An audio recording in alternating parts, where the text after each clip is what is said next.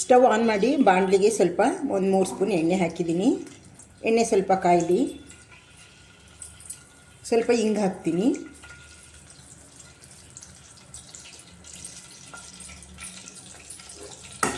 ಒಗ್ಗರಣೆ ಸಾಮಾನು ಹಾಕ್ತೀನಿ. ಸಾಸಿವೆ, ಕಡಲೆಬೇಳೆ, ಉದ್ದಿನಬೇಳೆ, ಜೀರಿಗೆ, ಮೆಂತ್ಯ, ಸ್ವಲ್ಪ ಕರಿಬೇವು, ಬೆಳ್ಳುಳ್ಳಿ ಹಾಕ್ತೀನಿ.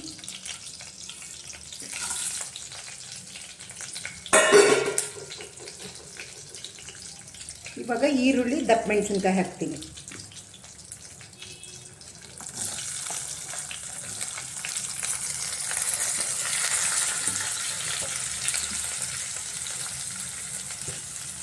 ಇದೆಲ್ಲ ಸ್ವಲ್ಪ ಫ್ರೈ ಆಗಲಿ. ಇವಾಗ ಸ್ವಲ್ಪ ಆಲೂಗೆಡ್ಡೆ, ಬದನೆಕಾಯಿ ನಮಗೆ ಎಷ್ಟು ಬೇಕೋ ಅಷ್ಟು ಹಾಕೋಬೋದು. ದಪ್ಪ ಮೆಣಸಿನ್ಕಾಯಿ, ಆಲೂಗೆಡ್ಡೆ, ಬದನೆಕಾಯಿ ತೊಳೆದ್ಬಿಟ್ಟು ಕಟ್ ಮಾಡಿ ಹಾಕಿದೆ ನೀರೊಳಗೆ, ಅದನ್ನು ಹಾಕ್ತಾಯಿದ್ದೀನಿ. ಇದೆಲ್ಲ ಸ್ವಲ್ಪ ಚೆನ್ನಾಗಿ ಫ್ರೈ ಆಗಲಿ.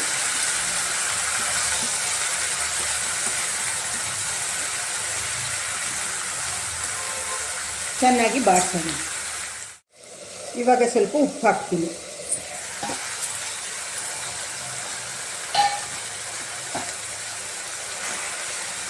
ಇದು ಚೆನ್ನಾಗಿ ಬಾಡಿಸಿದಷ್ಟು ಗೊಜ್ಜು ಚೆನ್ನಾಗುತ್ತೆ. ಚೆನ್ನಾಗಿ ಫ್ರೈ ಆಗಲಿ.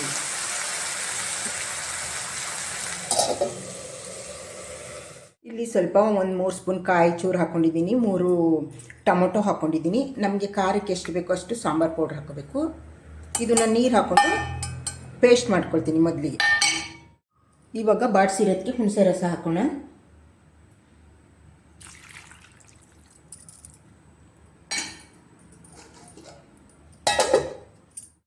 ಇವಾಗ ರುಬ್ಬಾಕಿರೋದು ಹಾಕೋಣ.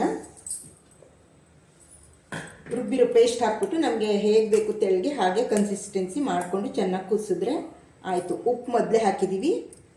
ಇವಾಗ ಜಾರೆಲ್ಲ ತೊಳೆದ್ಬಿಟ್ಟು ಕುದಿಯಕ್ಕೆ ಬಿಡ್ತೀನಿ. ಸ್ವಲ್ಪ ಚೆನ್ನಾಗಿ ಕುದಿ ಬರಲಿ. ಇವಾಗ ಇದು ನೋಡಿ, ಇಷ್ಟು ತೆಳ್ಳಗೆ ಮಾಡ್ಕೊಂಡಿದ್ದೀನಿ. ಭತ್ತ ಗಟ್ಟಿ ಆಗುತ್ತೆ. ಉಪ್ಪು ಗಿಪ್ಪು ಎಲ್ಲ ಮೊದಲೇ ಹಾಕಿದ್ದೀವಿ.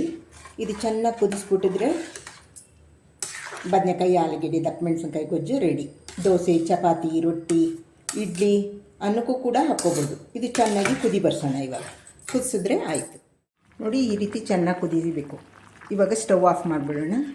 ಎಲ್ಲದಕ್ಕೂ ಸರಿ ಹೊಂದುವ ಗೊಜ್ಜು ರೆಡಿಯಾಗಿದೆ. ಇವಾಗ ನೋಡಿ, ನಾನಿವತ್ತು ದೋಸೆಗೆ ಸರ್ವ್ ಮಾಡ್ಕೊಂಡಿದ್ದೀನಿ. ಆಲ್ ಇನ್ ಒನ್ ಯಾವುದಕ್ಕೆ ಬೇಕಾದ್ರೂ ಸರ್ವ್ ಮಾಡ್ಕೊಳ್ಳಿ. ನೀವು ಅನ್ನಕ್ಕೂ ಕೂಡ ಸರ್ವ್ ಮಾಡ್ಕೊಂಡು ತಿನ್ಬೋದು.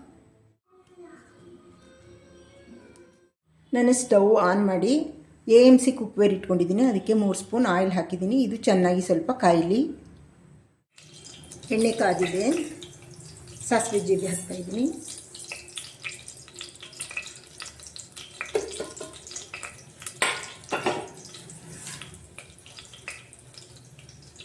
ಒಂದು ಈರುಳ್ಳಿ, 4 ಹಸಿಮೆಣಸಿನ್ಕಾಯಿ ಹಾಕ್ತೀನಿ.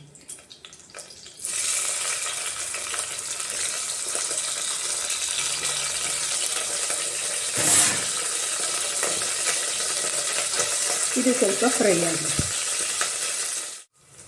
1 ಕಟ್ಟು ಕೀರೆ ಸೊಪ್ಪು ಕಟ್ ಮಾಡಿಕೊಂಡು ತೊಳ್ಕೊಂಡಿದ್ದೀನಿ. ಅದನ್ನು ಹಾಕ್ತೀನಿ.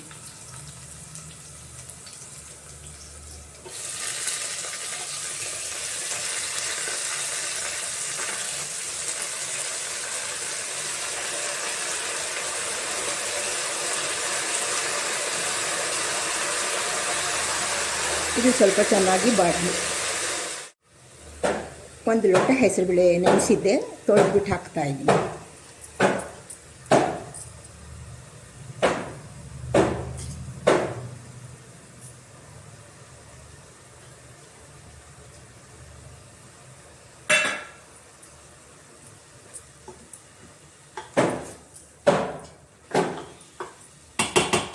ಇದು ಚೆನ್ನಾಗಿ ಬೇಯಲಿ. ಸ್ವಲ್ಪ ಉಪ್ಪಿನ ಪುಡಿ ಹಾಕ್ತಾಯಿದ್ದೀನಿ.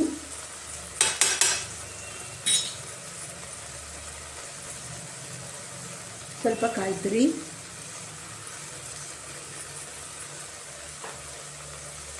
ಮಧ್ಯೆ ಈ ಥರ ಕೈ ಆಡಿಸ್ತಾ ಇರಬೇಕು.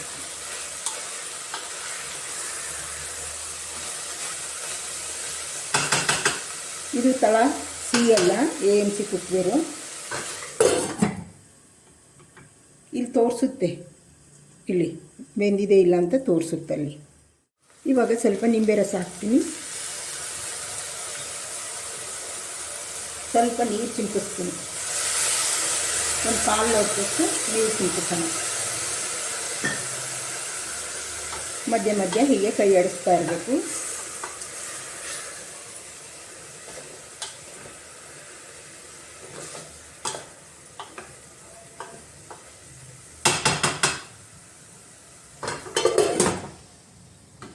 ಇದು ಫ್ರೈ ಆಯ್ತಾ ಇರಲಿ.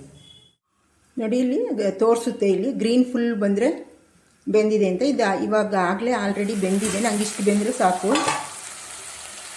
ಊಟದ ಜೊತೆ ಸೈಡ್ ಡಿಶ್ ಆಗಿ ನೆಂಚ್ಕೊಳ್ಳೋಕ್ಕೆ ಚೆನ್ನಾಗಿರುತ್ತೆ. ಆಫ್ ಬಾಯಿಲು. ಇವಾಗ ಸ್ಟವ್ ಆಫ್ ಮಾಡಿಬಿಡೋಣ. ಈ ಥರ ನೀವು ಮಾಡಿ. ಪಾತ್ರೆಲೂ ಮಾಡ್ಬೋದು, ಅಂದರೆ ಇದು ಸಿಎಲ್ಲ AMC ಕುಕ್ವೇರು, ಅದಕ್ಕೆ ನಾನು ಸಾಮಾನ್ಯ ಇದರಲ್ಲೇ ಮಾಡ್ತಾಯಿರ್ತೀನಿ.